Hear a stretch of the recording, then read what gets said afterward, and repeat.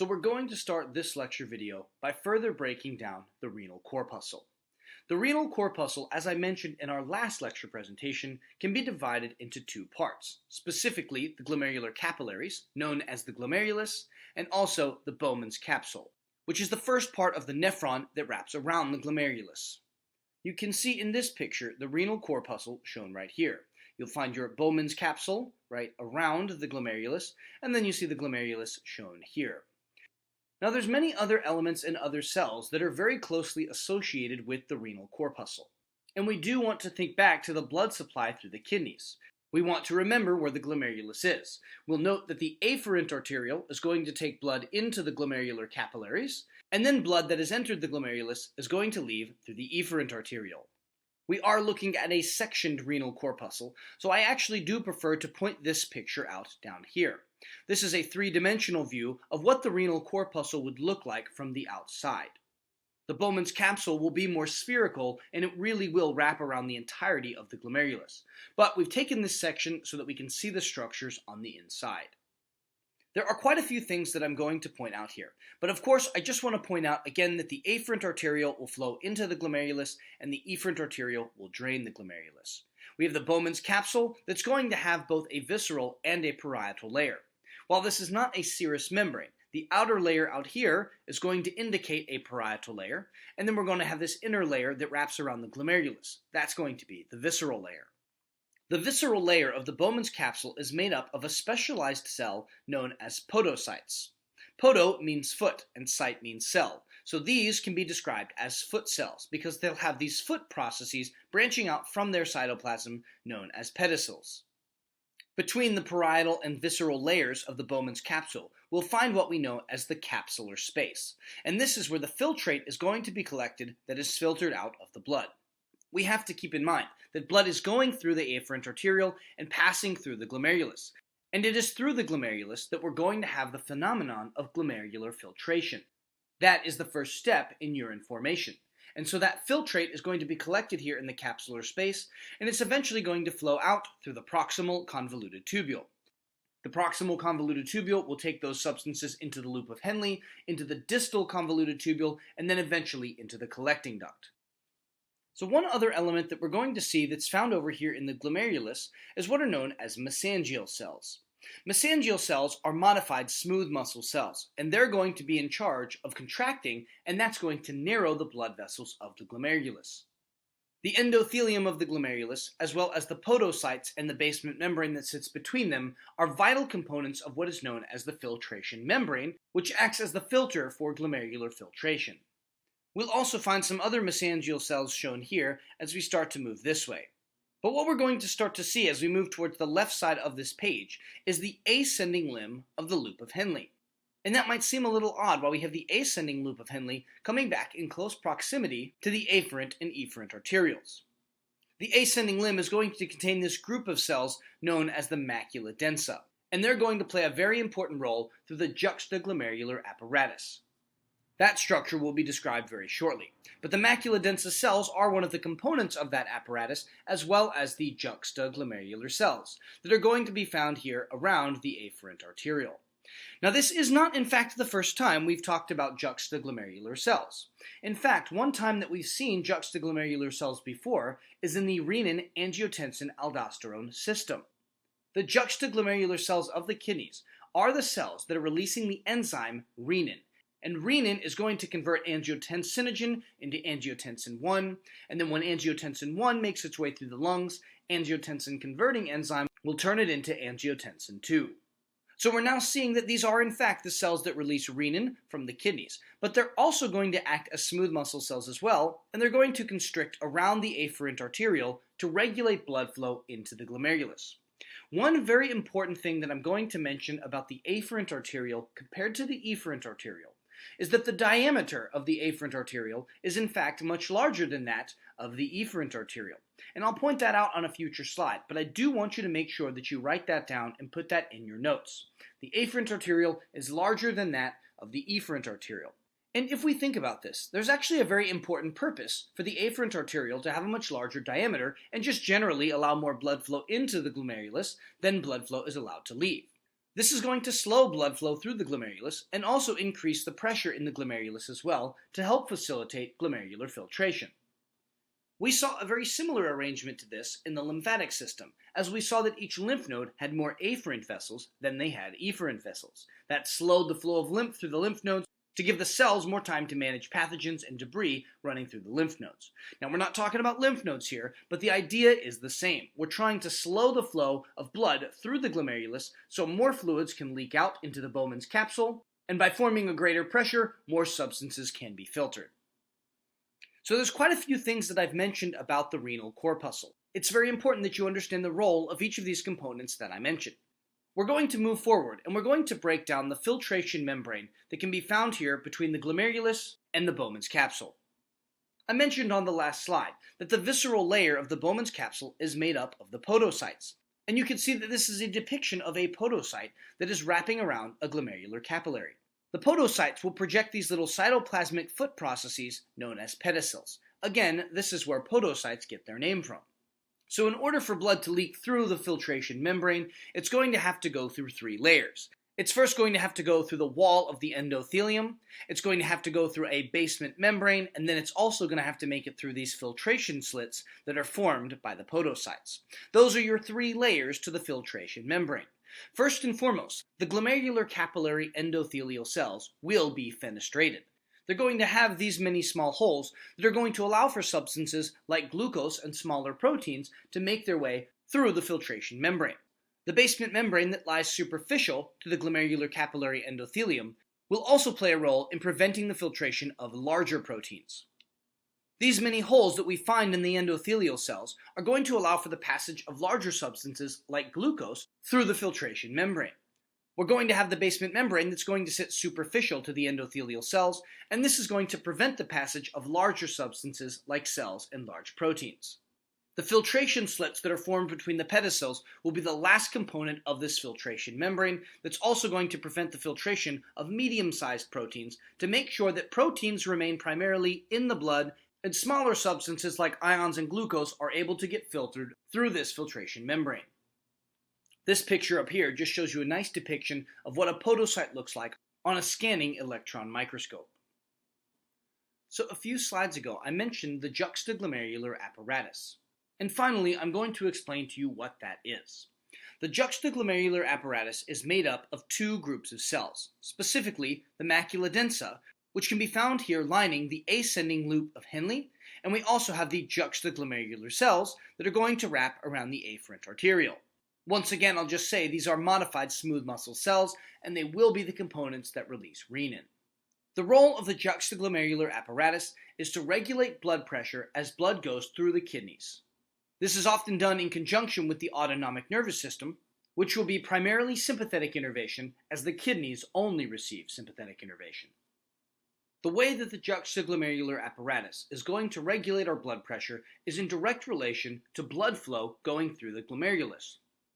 This regulation starts at the macula densa. This group of cells is going to be monitoring the fluids that are inside of the nephron. They're going to sense the renal filtrate for concentrations of sodium, chloride, and water.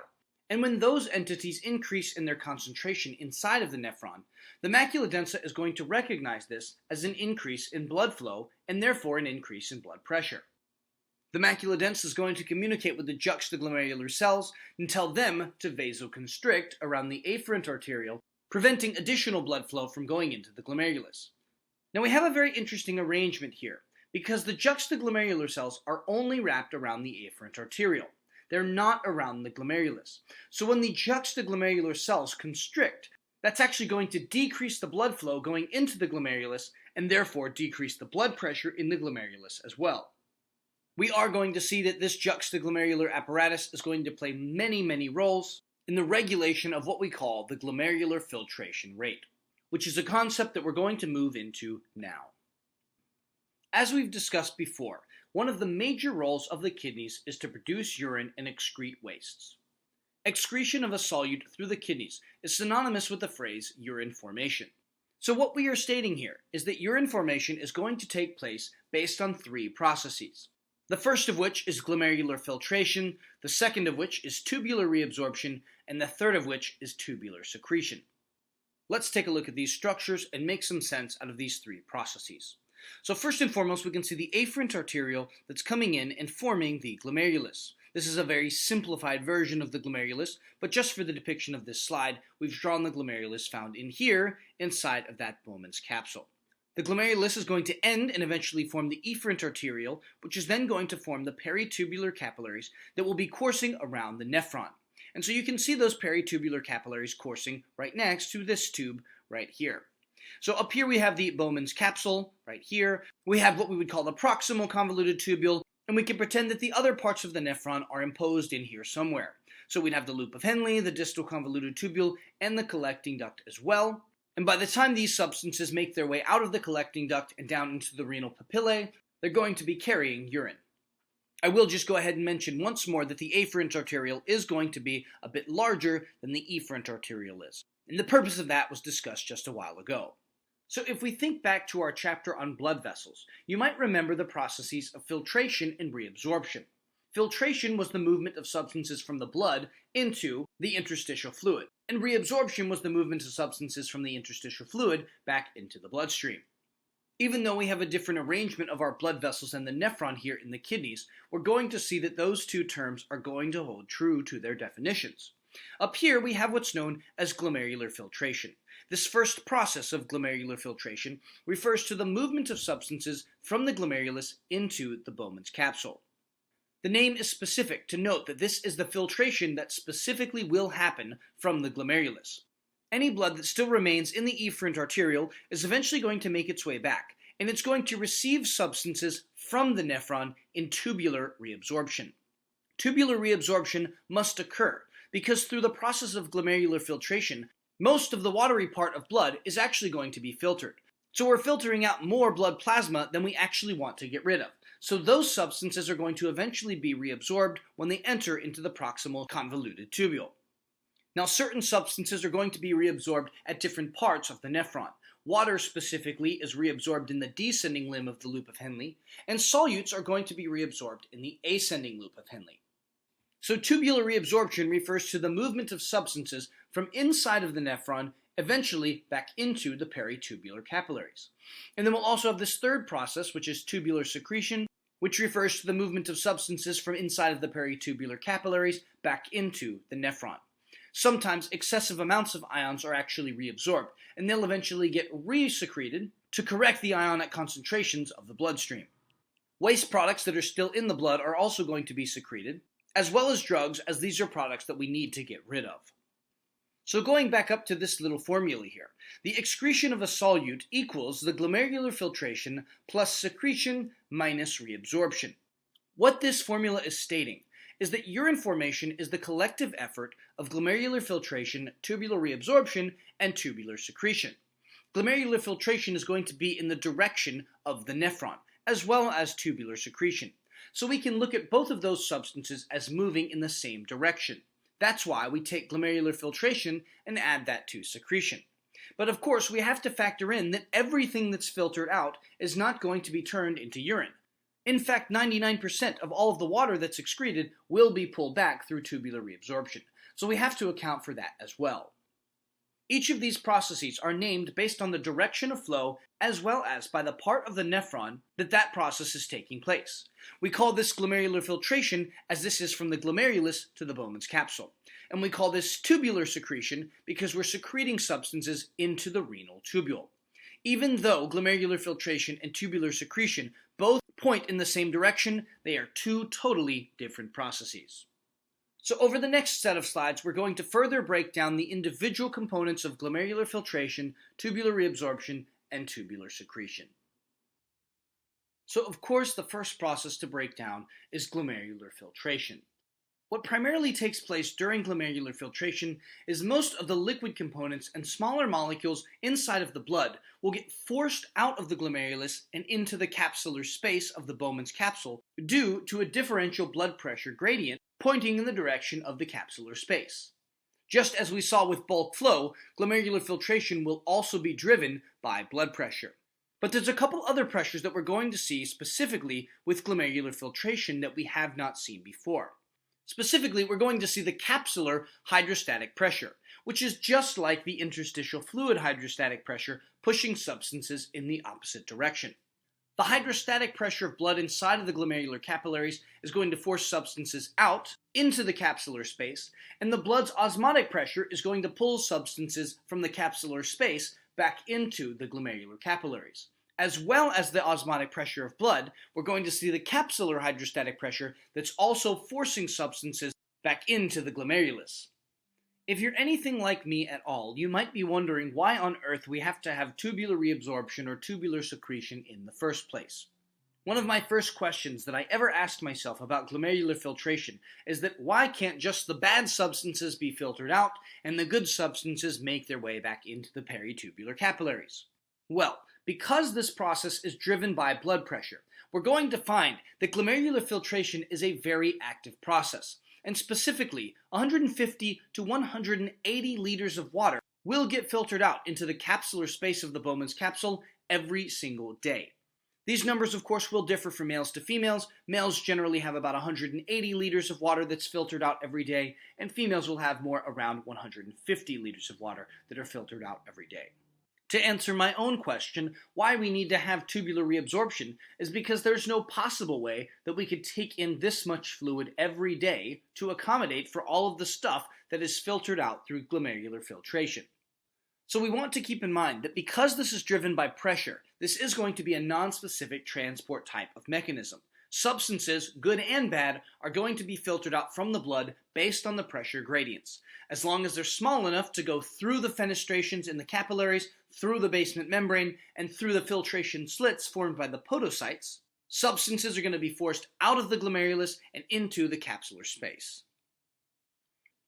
Now, what's going to determine how quickly glomerular filtration takes place is what is known as the glomerular filtration rate, also abbreviated as GFR. Glomerular filtration rate can be defined as the amount of filtrate that's formed by both kidneys every single minute. And just to make sure that we have this definition down, filtrate is just a term to refer to the fluid and other substances that have been filtered out of the glomerulus and into the capsular space of the Bowman's capsule. Let's take a look at the three driving pressures that sit behind glomerular filtration. So first and foremost, we have what's known as the glomerular blood hydrostatic pressure. That's just another way to say the hydrostatic pressure that's inside of the glomerulus. We have the capsular hydrostatic pressure, which is the hydrostatic pressure inside of the Bowman's capsule, and then we also have the blood colloid osmotic pressure, which we saw when discussing bulk flow. So just as a little bit of review, hydrostatic pressure is the pressure that's formed by a fluid that's pushing against the container that it's contained within. Because the heart is pumping, substances are making their way into the blood vessels, and that's producing a pressure inside of this container. But we also want to remember that we have lots and lots of very large proteins inside of the blood as well, and they are producing what's known as an osmotic pressure that functions in the opposite direction as the hydrostatic pressure. Hydrostatic pressure acts as a push. It pushes substances from one container to another. But osmotic pressure functions more like a pull, and that's going to pull substances inwards back into that container. So as usual, the blood's going to have both a hydrostatic pressure as well as an osmotic pressure. The hydrostatic pressure pushes substances into the capsular space from the glomerulus, and the osmotic pressure pulls substances from the capsular space back into the glomerulus. Now we also have the capsular hydrostatic pressure as well, which is of the same type as the glomerular blood hydrostatic pressure, but this is simply the pressure that's exerted on the walls by all of the substances inside of the Bowman's capsule. So in order to calculate what we know as our net filtration pressure, we're going to take the arrows and consider their directions and strengths. The glomerular blood hydrostatic pressure is worth about 55 millimeters of mercury in the direction from the glomerulus into the capsular space. We're going to look at that as a positive pressure in favor of glomerular filtration. But we also need to consider the opposing pressures to this as well. So the blood's colloid osmotic pressure is going to be about 30 millimeters of mercury in the direction of the glomerulus from the capsular space. And we also have the capsular hydrostatic pressure, which is worth 15 millimeters of mercury, that is in the same direction as the blood colloid osmotic pressure. So we can see that we're going to consider this to be a positive pressure and both of these to be negative pressures, as they're going to push in the opposite direction as glomerular filtration and oppose glomerular filtration. So in order to calculate the net filtration pressure, we're going to take the hydrostatic pressure of the blood inside of the glomerulus and subtract the hydrostatic pressure from the capsule, as well as subtracting the osmotic pressure of blood. So doing this, we get 55 minus 15 minus 30, which comes out to be 10 millimeters of mercury in the direction of the Bowman's capsule. Therefore, the pressures inside of the glomerulus that are pushing substances in the direction of the capsular space are going to be greater than that of the pressures that are pushing substances from the Bowman's capsule into the glomerulus. Substances are therefore then going to go from the glomerulus into the capsular space, and that's going to be because the net filtration pressure is in the direction of the capsular space. Now, what we want to consider about the glomerular filtration rate is that this rate needs to remain relatively constant in order to maintain the homeostasis of the kidneys. In the event that GFR goes too high, substances are being filtered too quickly, and they're not going to have enough time to be reabsorbed.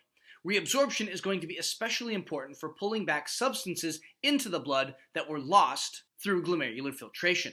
If the GFR is too high, we can lose very vital nutrients and other substances that generally we need to reabsorb.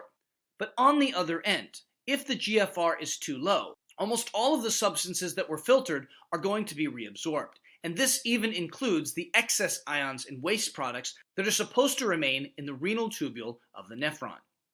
A decreased GFR can occur if the net filtration pressure goes down, and the GFR can be too great in the event that the net filtration pressure goes too high. In the event that we're not filtering enough fluid fast enough through the kidneys, we can end up with edema, which is the swelling of the body due to excessive fluids. So on either end, a glomerular filtration rate that is too high or too low is not in the best interest of the kidneys. We have to make sure that GFR remains relatively constant. So we need to make sure that the glomerular filtration rate doesn't go too high and doesn't go too low. We need to make sure that it remains fairly constant. However, as blood pressure and blood volume go up and down, that can affect the GFR. So we're going to have some other mechanisms in place to make sure that we can regulate how fast the GFR is. Normally, GFR in males is about 125 milliliters a minute, and in females it's about 105 milliliters a minute. These are the general values that we're going to look for, but in the event that they go too high or too low, we have to have a way that we can make sure that we can bring GFR back to normal. And we're going to do that through renal autoregulation, neural regulation, and hormonal regulation. The kidneys, the nervous system, and the endocrine system are all going to play roles in making sure that the GFR remains constant. I do just want to make a little mention of the fact that renal autoregulation is simply named autoregulation because we're talking about the kidneys themselves, while the nervous system and the endocrine system are regulating from afar. So just be aware of that as we start to jump in to some of these glomerular filtration rate regulation mechanisms. In terms of renal autoregulation, there are two mechanisms that we're going to see that the kidneys are going to do to help control the GFR. The first is the myogenic mechanism, and the second is what's known as tubuloglomerular feedback. Again, these are renal autoregulation mechanisms, as the kidneys are simply just regulating themselves with these two processes. So the myogenic mechanism refers to the smooth muscle cells that can be found in the afferent arterioles. We want to remember that the prefix myo means muscle, so this is going to indicate that smooth muscle cells will be relevant in this mechanism. In the event that blood pressure goes up, there's going to be more stretch on the vessels and more blood flow going through the glomerulus. More blood flow in the glomerulus indicates a higher GFR. So the myogenic mechanism is facilitated by these smooth muscle cells. They're going to have stretch receptors, and when blood pressure goes up, they're going to feel that stretch more greatly. They're going to then constrict, and that's going to prevent blood from going into the glomerulus as quickly. The myogenic mechanism should be fairly straightforward, but I'll summarize this mechanism once again in just a few slides. We also see tubuloglomerular feedback is going to use the juxtaglomerular apparatus, which includes the macula densa. In the event that glomerular filtration goes up, perhaps due to high blood pressure, we've already talked about how that's going to prevent reabsorption taking place. If GFR goes too high, substances won't have adequate time to be reabsorbed through the renal tubule. Let's see how tubuloglomerular feedback works through this feedback loop. Some type of stimulus is going to increase the glomerular filtration rate. Doesn't matter what that stimulus is, but we can go ahead and pretend that that's blood pressure, since that's the exact same thing that increased the GFR for the myogenic mechanism. So if blood pressure is going to increase the GFR, that's going to increase the amount of water and solutes that are making their way into the nephron. Well, the macula densa cells are registering how much sodium, chloride, and water are passing through the ascending loop of Henle. They're recognizing these solute levels, and when those levels go up, they're going to recognize that the GFR is too high. As part of the juxtaglomerular apparatus, the macula densa cells are going to relay this information to the other components of the juxtaglomerular apparatus. And eventually, to combat the increased GFR, they're going to prevent the release of nitric oxide. Now, we might want to take a second and think back to why this would be important. If you remember from a couple slides ago, nitric oxide is a vasodilator. So by decreasing the amount of nitric oxide that's released, that's going to indicate that a vasoconstriction is going to take place. We decrease the vasodilator, so we get more vasoconstriction. This vasoconstriction is going to be here at the afferent arteriole. And when the afferent arteriole constricts, that's going to decrease the amount of blood flow that makes its way through the glomerulus, and that will decrease the GFR. Now, realistically, when blood pressure goes up, both the myogenic mechanism and tubuloglomerular feedback are going to kick in. This will be much more useful than just having one of these mechanisms taking place. So the previous two regulation mechanisms were renal autoregulation. Those were the two mechanisms that the kidneys are going to use to regulate the GFR. But we also have neural regulation and hormonal regulation coming from our nervous system, the sympathetic branch of our nervous system, as well as some hormones from the endocrine system. So what we already know is that the kidneys are innervated by sympathetic nerve fibers. The more sympathetic stimulation that's going out to the kidneys, such as with times of exercise or potentially life-threatening instances, that sympathetic stimulation is going to lead to a constriction of those afferent arterioles. That's going to decrease glomerular filtration and therefore decrease the amount of urine that's produced. We want to keep in mind that during times of fight or flight, the last thing that we need to be doing is producing urine. We need to make sure that blood is available to go to the organs that are going to be useful to get us out of that situation. This will be how the nervous system is also going to regulate glomerular filtration rate. The two hormones that we're going to see for hormonal regulation are angiotensin II and atrial natriuretic peptide. We know that angiotensin II is on its own a vasoconstrictor. So by releasing and producing angiotensin II, that's going to constrict both the afferent and efferent arterioles, again significantly decreasing the GFR and bringing it back to a normal rate. Now, every mechanism that we've seen so far has decreased GFR when GFR goes too high. But this mechanism of atrial natriuretic peptide is actually going to be the opposite. In the event that GFR is too low, atrial natriuretic peptide will be released, and this is actually going to increase the glomerular filtration rate.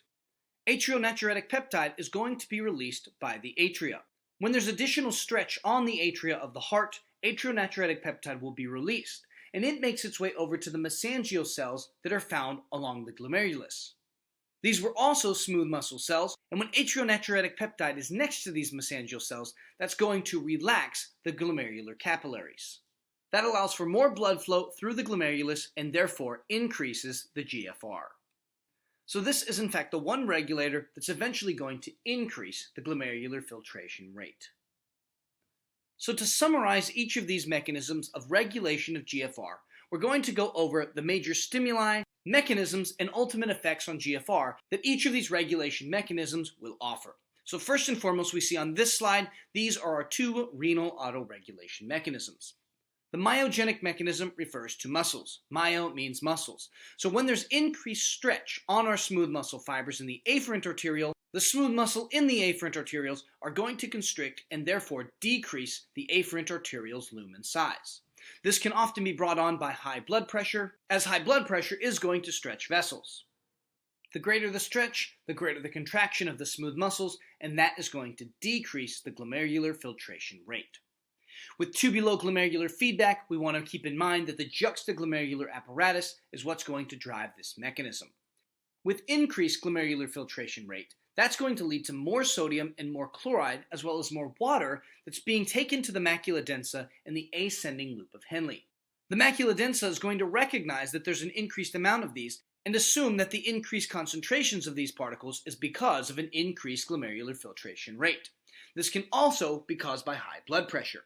So the way the macula densa cells are going to deal with this is they're going to tell the other components in the juxtaglomerular apparatus to release less nitric oxide.